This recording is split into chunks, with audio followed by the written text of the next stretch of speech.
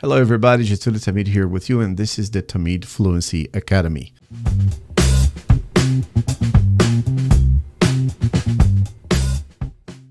First things first, please subscribe to my channel, like the video, and turn the notification bell on.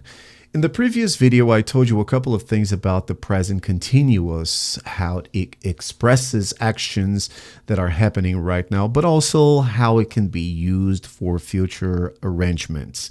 Today, I want to talk about the difference between dynamic verbs, which we can call action verbs, and the stative verbs, which are also known as the state verbs.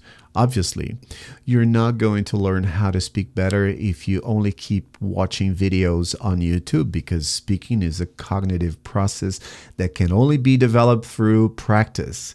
That is why I would like to invite you to book a session with me and to start your journey toward the C1 level through speaking.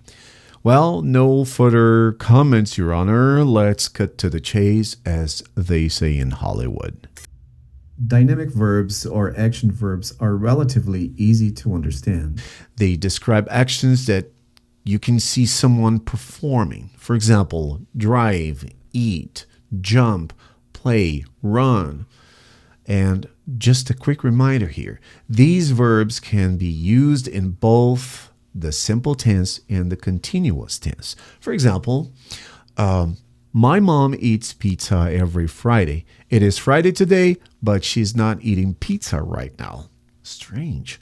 My brother runs every morning, but I don't know what happened today because he is not running right now. In these two examples, you can see that I blended two tenses, one to describe a routine and the other one to indicate that the action is not happening at the moment. Now, let's take a look at stative verbs or state verbs. I really don't want to scare you, but these can be tricky. They can be tricky ones if you do not pay attention.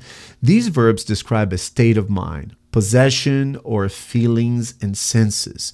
They are definitely not physical movements.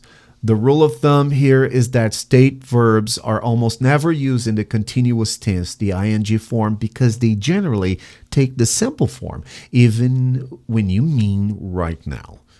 Are you ready for the best part of this video? Maybe. Yes, here we go. We can break them down into categories so that you can memorize them more easily. Let's start with thinking and opinions, which we can call them verbs of the mind. These verbs will include agree, disagree, believe, doubt, forget, promise, recognize, regret, remember, understand. You can say, I agree with you, but you can never say, I am agreeing with you.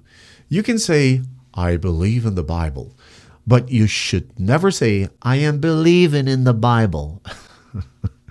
Okay, all these verbs relate to thinking and opinions. So keep in mind that when you express what you think, you will almost never use them in the ing form. Now let's take a look at the verbs that can touch your heart, verbs of emotion.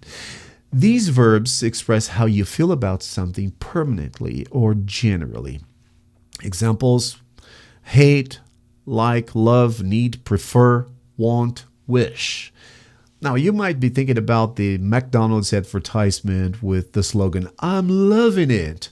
Well, this was a marketing strategy to make the slogan sound cool and popular, similar to the Rolling Stones when they sang, I can get no satisfaction, instead of singing, I can get any satisfaction. However, in correct standard English, this is not how we speak. You should never say, I'm loving you to your spouse. You simply say, I love you.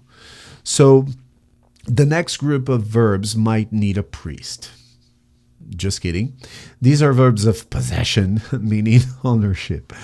You cannot be owning something. You either own it or you do not. So keep these verbs in your mind and heart. Belong, have, possess, owe, own. An important reminder here. This rule applies only when these verbs express possession. For example, Tom Hanks owns a Porsche. That is why you should never say Tom Hanks is owning a Porsche. You can also say Tom Hanks owes me money. And of course, you should never say he is always needing money. The last one obviously was a joke. I hope Tom Hanks does not sue me because of that. I am simply a big fan. Okay? Now the final part of this video, please do not go away, because this is one of the most important categories in my opinion. Verbs of perception, which relate to the senses. Yes, we use these verbs especially when we talk about ability, and we usually use them in a simple tense. Examples are hear, see, sound, and taste. For example, I hear the soft breathing of the girl I love every morning. Oh, that sounds great. Okay, that's it. That's it for today. I hope you enjoyed the video. Please do not forget to subscribe to my channel before you leave. That is all I ask for now. And in the next video, I want to talk about the verbs that express change. Thank you very, very much. See you next time. Bye-bye.